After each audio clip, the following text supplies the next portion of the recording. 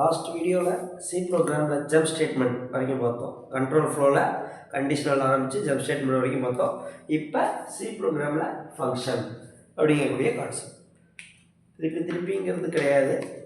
Right, பைத்தானில் பார்த்த வேலையை தான் ஃபங்க்ஷனுங்கிறது. ரைட், அங்கே அதே மாதிரி வார்த்தையே சொல்லியிருக்காங்க. திருப்பி ஒரு விஷயம் நடந்துக்கிட்டே இருக்கணும் அப்படின்னா அது பேர் ஃபங்க்ஷன். நான் ஃபஸ்ட்டு சொன்ன திருப்பி பைத்தானில் சொல்லிட்டேன், அதனால் இங்கேயும் சொல்ல வேணாங்கிறதுக்காக சொன்னேன். ஆனால் ஃபங்க்ஷனுடைய டெஃபினிஷனுமே என்ன தான், ஒரு விஷயம் திருப்பி அகைன் அண்ட் அகைன் நடக்கணும் அப்படின்னா நம்ம ஃபங்க்ஷன் அப்படிங்கக்கூடிய கான்செப்ட் யூஸ் பண்ணுவோம். அதை சி ப்ரோக்ராமில் அதோடைய சின்டாக்ஸ் எப்படி இருக்கும்போது எக்ஸாம்பிள் என்ன, சைவ சித்தாந்தத்தில் அதை எப்படி நம்ம கொண்டு போகலாம் அப்படிங்கிற மாதிரியான கான்செப்டை இதில் நம்ம பார்க்கலாம். ஸோ வாட் அண்ட் ஒய்ங்கிறது ஒரு ஃபங்க்ஷனுங்கிறது ஒரு விஷயம் திருப்பி அந்த கோடில் எக்ஸிக்யூட் ஆகும் அப்படின்னா அதுக்கு ஃபங்க்ஷன் பேர் கோட் ரீயூசபிலிட்டி. அப்படி அந்தமாரி நடக்கக்கூடியதை ஒரு ஃபங்க்ஷனில் எழுதி வச்சுட்டு அதை நம்ம வந்து என்ன பண்ணுவோம்னா எப்போ வேணுமோ அப்போ கால் பண்ணி இம்ப்ளிமெண்ட் பண்ணிப்போம். இப்போ வந்து அதனுடைய சின்டாக்ஸ் பார்த்தா ரிட்டர்ன் டைப், ஃபங்க்ஷன் நேம், உள்ள கொடுக்குற பேராமீட்டர்ஸ். இங்கே ரிட்டர்ன் டைப்புங்கிறது வாய்டாக இருந்தால் உள்ள நம்ம எழுதக்கூடிய கோட் பார்ட் மட்டும், அதை தவிர மீது இன்ட்டு கேர் எதுவாக இருந்தாலும் ரிட்டர்ன் அப்படிங்கக்கூடிய வேல்யூ இருக்கும். ஸோ இதுதான். இதை எப்படி சிம்பிளாக சொல்லலாம்னா வாய்ட் சைவா ஆஃப் உள்ள பிரிண்ட்எஃப் சித்தாந்தம் தமிழே எழுதுவோம்.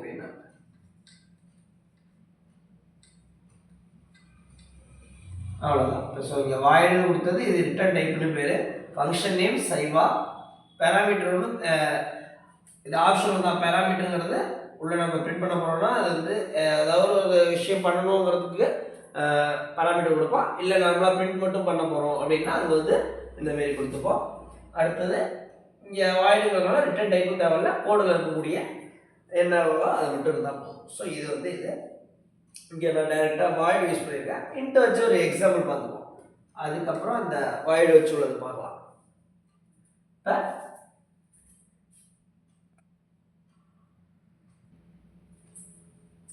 சிம்பிளாக இந்த ப்ரோக்ராமில் பார்க்கும் பொழுது நான் இந்த இது எதுக்கு எழுதுனேன் இந்த தாண்டினா இன்ட்டுங்கிற விஷயத்தை காட்டுறதுக்கு தான். இன்ட்டு வந்து போட்டால் ரிட்டர்ன் டைப் ஒன்றுங்கிறதுக்கு தான், வேறு ஒன்றும் கிடையாது. இதை இவ்வளோ பெரிய ப்ரோக்ராம் எழுதிருக்கோம். இதோட அவுட்புட் என்னன்னா 200, அவ்வளோதான் இதோட அவுட்புட். இதுக்காக எவ்வளோ பெரிய ப்ரோக்ராம் எழுதணும்னா இது வந்து எக்ஸாம்பிளுக்காக நம்ம போட்டிருக்க ஒன்று தான். பெரிய ப்ராஜெக்ட்லாம் பண்ணும்போது இந்த விஷயம் பெரிய விஷயமா இருக்கும், அதோட அவுட்புட் பெரிய கான்செப்டாக இருக்கும். இது நம்ம எக்ஸாம்பிளுக்காக எவ்வளோ பெரிய கோட் எழுதி இந்த அவுட்புட் எப்படி வருதுங்கிறது சொல்கிறோம், வேறு ஒன்றுமே கிடையாது. லென்த்துங்கிற வேரியபிளில் 10ங்கிற வேல்யூ வச்சுருக்கேன், அதோட டேட்டா டைப் இன்ட். அதேமாரி வித்து 20, அதோட டேட்டா டைப் இன்ட். இன்ட்டுங்கிற ஒரு டேட்டா டைப்பில் டோட்டல் ஏரியா அப்படிங்கிற ஒரு வேரியபிள் வச்சுருக்கேன், அதுக்கு எந்த ஒரு வேல்யூவும் செட் பண்ணல, ஏன்னா அதில் தான் final result can be stored. So இதுலேயே உங்களுக்கு தெரிஞ்சிருக்கும் என்னென்னா டோட்டல் ஏரியா கண்டுபிடிக்கிறதுக்கான ஒரு ப்ரோக்ராம் தான் இது. லென்த்தையும் வித்தையும் மல்டிப்ளை பண்ணால் டோட்டல் ஏரியா, அவ்வளோதான். அப்போ 10 × 20 200. ஸோ இதுதான். அடுத்தது டோட்டல் ஏரியாங்கிற வேரியபிளில் கால்க் ஏரியாங்கிறது என்னன்னா இதுக்கு பேர் ஃபங்க்ஷன் கால் அப்படின்னு பேர். அடுத்தடுத்த ப்ரோக்ராம் எக்ஸாம்பிள்லேயும் சொல்கிறேன். இங்கே ஃபங்க்ஷன் காலுங்கிறது என்னென்னா கால்க் ஏரியாங்கிறது இந்த ஃபங்க்ஷனோட நேம். மேலே சொல்லியிருப்போம்ல வாய்ட் சிவா, அந்த சின்டாக்ஸில் பார்த்தோம்ல, சின்டாக்ஸில் வந்து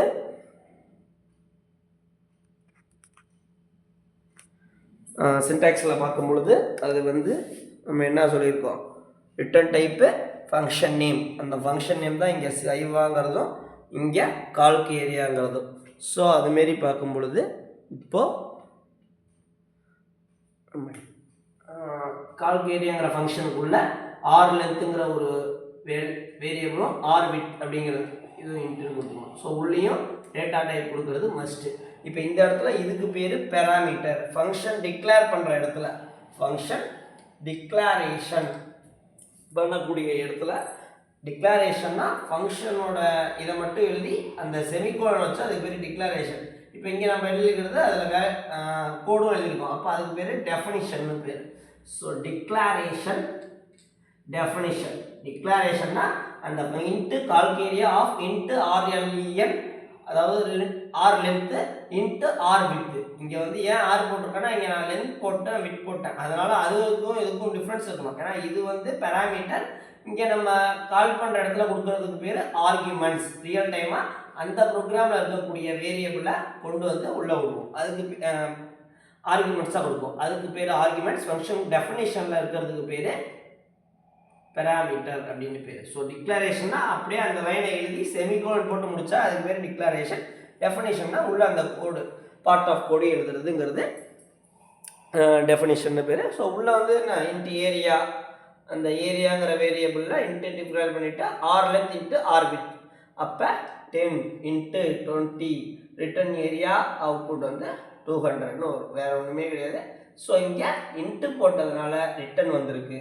ஏரியாங்கிற output can be stored as here. So total ஏரியாவோட வேல்யூ 200 இருக்கும்.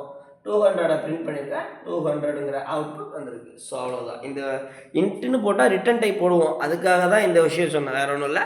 இப்போ நம்ம இந்த ப்ரோக்ராமுக்கு வரலாம். இந்த ப்ரோக்ராமில் என்ன பண்ணியிருக்கேன்னா இதில் அவுட்புட் எழுதுறதுக்கு எழுதிக்குமா. ஸோ இதோட அவுட்புட் பார்ப்போம். ஆஷன் எஸ்டிஎல் அந்த லைன் எழுதியாச்சு. Int main of. ஸோ சைவ சித்தாந்தத்தின்படி மிகப்பெரிய தலைவன் யாருன்னா சிவபெருமான். அதேமாரி சி ப்ரோக்ராமில் தலைவன் யாருன்னா மெயின் ஃபங்க்ஷன். எவ்வளோ 1000 லைன் எழுதியிருந்தாலும் மெயினுங்கிற லைன் எங்கே இருக்குது அதை தான் ஃபஸ்ட்டு பார்க்கும் சி ப்ரோக்ராம். ஸோ அப்போ அந்த மெயினுங்கிற இடத்துக்கு உள்ளே போகிறோம். வாழ்வு ஸ்டார்ட், அதாவது இந்த பூவிலகில் அந்த ஆன்மாவுடைய வாழ்வு ஸ்டார்ட் ஆகுது அப்படிங்கிற மாதிரி சொல்லியிருக்கேன். வாழ்வு ஸ்டார்ட்டுங்கிறது ஃபஸ்ட் லைன் பிரிண்ட் ஆகிடுச்சு. அதுக்கப்புறம் இங்கே நம்ம கொடுத்துருக்கிறத நான் அங்கேயே சொல்லிட்டேன், என்னது ஃபங்க்ஷன் கால், function definition, function declaration. So அதனால் சிவ பூஜா ஆஃப் அப்படின்னு கொடுத்துருக்கோமே. அப்படின்னா என்னன்னு பார்த்தா ஃபங்க்ஷன் கால். இந்த இடத்துல ஏதாவது உள்ளே கொடுத்துருந்தா பேராமீட்டர் ஆர்குமெண்ட்டு, இது நார்மலாக உள்ளே பிரிண்ட் பண்ண தான் போகுது, அதனால் வாயிடும் போட்டுக்கிட்டேன். ஸோ வாயிடு போட்டால் ரிட்டன் டைப் போட வேணால் உள்ளே பிரிண்ட் பண்ணிடலாம். அப்போ சிவபூஜா ஆஃப் அப்படிங்கிறது என்ன பண்ணணும்னா இந்த வேர்டு எங்கே இருக்குது அந்த ஃபங்க்ஷனுக்கு தேடி போகும். அப்போ இதை நேராக போய் இந்த ஃபங்க்ஷனை தேடுது. ஸோ ஃபங்க்ஷன் வாழ்வு ஸ்டார்ட்னு போட்டுட்டு அந்த இதை போய் தேடி பார்க்குது. அங்கே உள்ள என்ன கொடுத்துருக்கோம், திருச்சிற்றம்பலம். ஒரு வாழ்வு ஸ்டார்ட், அதாவது ஒரு மனித ஆன்மா பிறந்துக்கிட்டதுன்னா அதுக்கு பக்குவம் ஃபஸ்ட்டே இருக்குமான்னா ஞான சம்பந்தர் மாதிரி நாயன்மார்களுக்கோ அந்த மாதிரி பெரிய அடியார்களுக்கும் இருக்கும். மற்ற சாதா ஆன்மாக்களுக்கெல்லாம் சொல்ல முடியாது. அப்போ அந்த ஆன்மாக்கள் சிவபூஜை தினமும் காலையில் சிவபூஜை பண்ணணும். அது மாதிரி அஞ்செழுத்தை தொடர்ந்து உச்சரிச்சுட்டே இருக்கணும், அஞ்செழுத்தை ஓதணும். திருச்சிற்றம்பலம், எவ்வளோ பெரிய வார்த்தை திருச்சிற்றம்பலம். சிற்றம்பலமுடையான். தில்லையில் தேர், இப்போ 3 நாள் முன்னாடி தில்லை சிதம்பரத்தில் தேர் நடந்திருக்கு, ஆருத்ரா தரிசனம் நடந்திருக்கு, அது அஞ்செழுத்து. ஸோ இது அடுத்த லைனாக பிரிண்ட் ஆகும். திருச்சிற்றம்பலம் அஞ்செழுத்து அப்படிங்கிற லைன் பிரிண்ட் ஆகும். இதை ஓதிக்கிட்டே இருந்தால் என்ன ஆகும், அதாவது அஞ்செழுத்தை வந்து தொடர்ந்து சொல்லிக்கிட்டே இருக்கிறது மூலமாகவும் சிவபூஜை பண்ணிக்கிட்டே இருக்கிறது மூலமாகவும் என்ன நடக்கும், அந்த ஆன்மாவுக்கு பக்குவம் வரும். அப்போ இந்த லைன் முடிஞ்சிருச்சு, கேர்லி பிரேஸ் போட்டு முடிச்சாச்சுன்னா திருப்பி எந்த லைன் விட்டுச்சோ அதுக்கு அடுத்த லைனுக்கு போயிருக்கும். அதோட அடுத்த லைன் பார்த்தா பிரிண்ட் ஆஃப் ஆன்மா பக்குவம் பெறும். அப்போ அஞ்செழுத்தை ஓதிட்டே இருக்கிறோம். சாத்திர நூல்களான மேகண்டார் அருளிய சிவஞான போதமும் அதேமாரி உண்மை விளக்கம் நெஞ்சு விடுத்துவது மாதிரியான நூல்களை படித்து சிந்திக்கிறோம். அடுத்தது அதேமாரி தோத்திர திருமுறைகள் தொடர்ந்து படிக்கிறோம், பாராயணம் பண்ணிட்டு வரோம், அஞ்செழுத்து இதெல்லாம் பண்ணிகிட்டே இருக்கிறதுனால ஆன்மா பக்குவம் பெறும். அடுத்தது 3ஆவதா இதில் என்ன விஷயம்னா ஃபங்க்ஷன் அப்படிங்கிறது வரும்பொழுது இந்த லைன் ஃபங்க்ஷன் கால். ஃபங்க்ஷன் எங்கே இருக்குன்னு பார்க்குது, அந்த ஃபங்க்ஷன் டெஃபைன் பண்ணியிருக்கிற இடத்துல இதை பிரிண்ட் பண்ணுது. ஸோ அதுக்கு மேலே இது வருது, இந்த இடத்துல பிரிண்ட் பண்ணுறது இது, அடுத்தது இதை பிரிண்ட் பண்ணுது. அவ்வளோதான் இந்த விஷயம். இன்னொரு எக்ஸாம்பிள் பார்க்கலாம். அது என்னென்னா ஐந்தொழிலை வச்சு அந்த எக்ஸாம்பிள் பார்ப்போம்.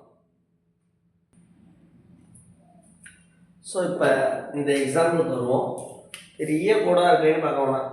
ஐந்தொழில் தெய்வன் செய்யும் ஐந்தொழில் தான் இந்த ப்ரோக்ராமில் பார்த்துருக்கோம். ஃபங்க்ஷனில் எப்படி அது அப்படிங்கிறது.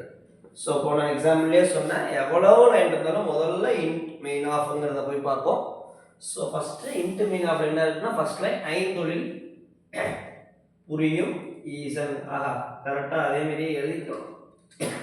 புரியும் ஈசன் அவுட்புட்டோட முதல் லைன் இதுதான். புரியும் ஈசன் பிரிண்ட் ஆயிடுச்சு. அதுக்கப்புறம் என்ன நடந்ததுன்னா ஃபங்க்ஷன் கால் தொழில் ஆஃப். தொழில் ஆஃப்னு போட்டிருப்போம். அதாவது பேரந்திசிஸ் போகிறத ஆஃப்ங்கிற மாதிரி நம்ம ப்ரோக்ராமிங் இதில் சொல்லுவோம். ஸோ தொழில் ஆஃப்ங்கிறது என்ன பண்ணணும்னா அந்த ஃபங்க்ஷனை கால் பண்ணுது. ஸோ தொழில் எங்கே இருக்குது அப்படின்னு பார்க்கும் பொழுது மறைத்தல் அருளல். படைத்தல் காத்தல் வரும், அதே மாதிரி மறைத்தல் வரும். நம்ம இந்த இதில் சொல்லியிருக்கோம் ஆர்டர். ஸோ இப்போ எப்படி இருக்கோ அந்த ஆர்டரில் நம்ம பிரிண்ட் பண்ணிப்போம். இல்லைன்னா நம்ம முத்தொழில் வேணால் மாற்றிக்கலாம். இது முத்தொழில், இது தொழில் ஆஃப். அதேமாரி இங்கேயும் இது முத்தொழில், இது தொழில் ஆஃப். ஸோ ஃபஸ்ட்டு முத்தொழில் அப்படிங்கிற ஆர்டரை ஃபாலோ பண்ணுது. ஸோ முத்தொழில் ஆஃப்ங்கிற ஃபங்க்ஷனுக்கு போது இங்கே இருக்குது அந்த ஃபங்க்ஷன் டெஃபினேஷன். அதில் ஃபஸ்ட் லைன் என்ன இருக்குது? ஸோ ஐந்தொழிலில் ஃபஸ்ட்டு நம்ம சொல்கிறது படைத்தல் பிரம்மா. அதாவது மறைத்தல் அருள், அது ரெண்டு தான் டாப். இந்த மறைத்தலுக்குள்ளேயே படைத்தல் காத்தல் அருள் அழித்தல் 3 அடங்கும். இருந்தாலும் படைத்தல் பிரம்மா ஃபஸ்ட்டு பிரிண்ட் ஆகுது. அடுத்தது காத்தல் விஷ்ணு 2வது லைன் பிரிண்ட் ஆகுது. 3வது அடித்தல். ஸோ இந்த எக்ஸாம்பிள் நமக்கு பார்க்கும்போது புரியும் ஏன் ஃபங்க்ஷன். ஏன்னா இந்த இடத்துல ஒரு லைன் போட்டோம், 3 லைன் பிரிண்ட் ஆகுது. ஸோ நமக்கு இதேமாரி நிறைய இடத்துல தேவைப்படுது. இப்போ இந்த இடத்துல ஒரு லைன் 5 வழி புரியும் ஈசன்னு சொல்லிட்டு திருப்பி பிரிண்ட் 3 லைன் பிரிண்ட் லைன் எழுதிட்டு படைத்தல் காத்தல் அருள் அழித்தல் மெயின் ஃபங்க்ஷனில் எழுதி திருப்பி தொழிலுக்கு மறைத்தல் அருள் தனித்தனி பிரிண்ட் லைன் எழுதுனா 5 லைன் எக்ஸ்ட்ரா வரும். அப்போ இதை முத்தொழில் தொழில் அப்படிங்கிற 2 லைனில் சொல்லிட்டோம்ல. ஒரு எக்ஸாம்பிளுக்கு தான் எவ்வளோ லைன் வேணாலும் போடலாம். உள்ள எப்படி நமக்கு வேணுமோ அந்த மாதிரி போட்டுக்கலாம். இந்த எக்ஸாம்பிளில் நான் சொல்லியிருக்கிறத சொல்கிறேன். அப்போ 5 லைன் போட வேண்டியதை இதை நான் ஒரு ஃபங்க்ஷனாகவும் இதை ஒரு ஃபங்க்ஷனாகவும் வச்சுட்டு இங்கே 2 கால் பண்ணதுனால 5 லைனுமே பிரிண்ட் ஆகுதுன்னா இதுதான் ஃபங்க்ஷன். நார்மலாக ஃபங்க்ஷன் அப்படிங்கிறதுனுடைய அட்வான்டேஜ் இதுதான், வேற ஒன்றும் கிடையாது. இப்போ பிரம்மா விஷ்ணு ருத்ரன் அப்படிங்கிற 3 இங்கே வந்துருச்சு. அதேமாரி திருநாவுக்கரசர் அவரோட 5ஆம் திருமுறையில் சொன்ன ஒரு விஷயம் என்ன அப்படின்னு கேட்கும்பொழுது 100 கோடி பிரம்மர்கள் நொந்தினர் 6 கோடி நாராயணன் அண்ணனே 7 கங்கை மணல் எண்ணில் இந்திரர் ஈடில்லாதவன் ஈசன் ஒருவனே. அப்போ இங்கே பிரம்மாவோ விஷ்ணுவோ ருத்ரனோ அந்தந்த தொழில் செய்வாங்க. அந்த தொழிலுக்கான விஷயம் படைத்தல் முடிஞ்சு அவரை காத்து அவங்கள அழிச்சிட்டாங்கன்னா அதேமாரி இந்த சுழற்சி நடந்துகிட்டே இருக்கும். அந்தந்த தொழிலுக்கான விஷயம் முடிஞ்சிருச்சுன்னா அந்த படைத்தல் காத்தல் அழித்தலோட பிரம்மா விஷ்ணு ருத்ரன் அப்படிங்கக்கூடிய எல்லாருமே சிவபெருமானுக்குள் அடங்குவர் அப்படிங்கிறது தான் விஷயம். ஈடில்லாதவன் ஈசன் ஒருவனே. அதேமாரி இந்த லைனுக்கு பிரிண்ட் ஆயிடுச்சு. தொழிலாக இந்த 2 லைனும் பிரிண்ட் ஆக போகுது. அப்போ மறைத்தல் எவ்வளவோ பேசிட்டோம் மறைத்தலை பற்றி. மறைத்தல்லாம் எவ்வளோ பெரிய கருணை. அதேமாரி கடைசியாக அருளல். அவர் அருள் புரிஞ்சாருன்னா முக்தி நிலை, அந்த ஆன்மா முக்தி நிலை அடையும். அதேமாரி இப்போ அதுதான் அடுத்த நிலையில பிரிண்ட் பண்ணியிருக்கார் முக்தி நிலை.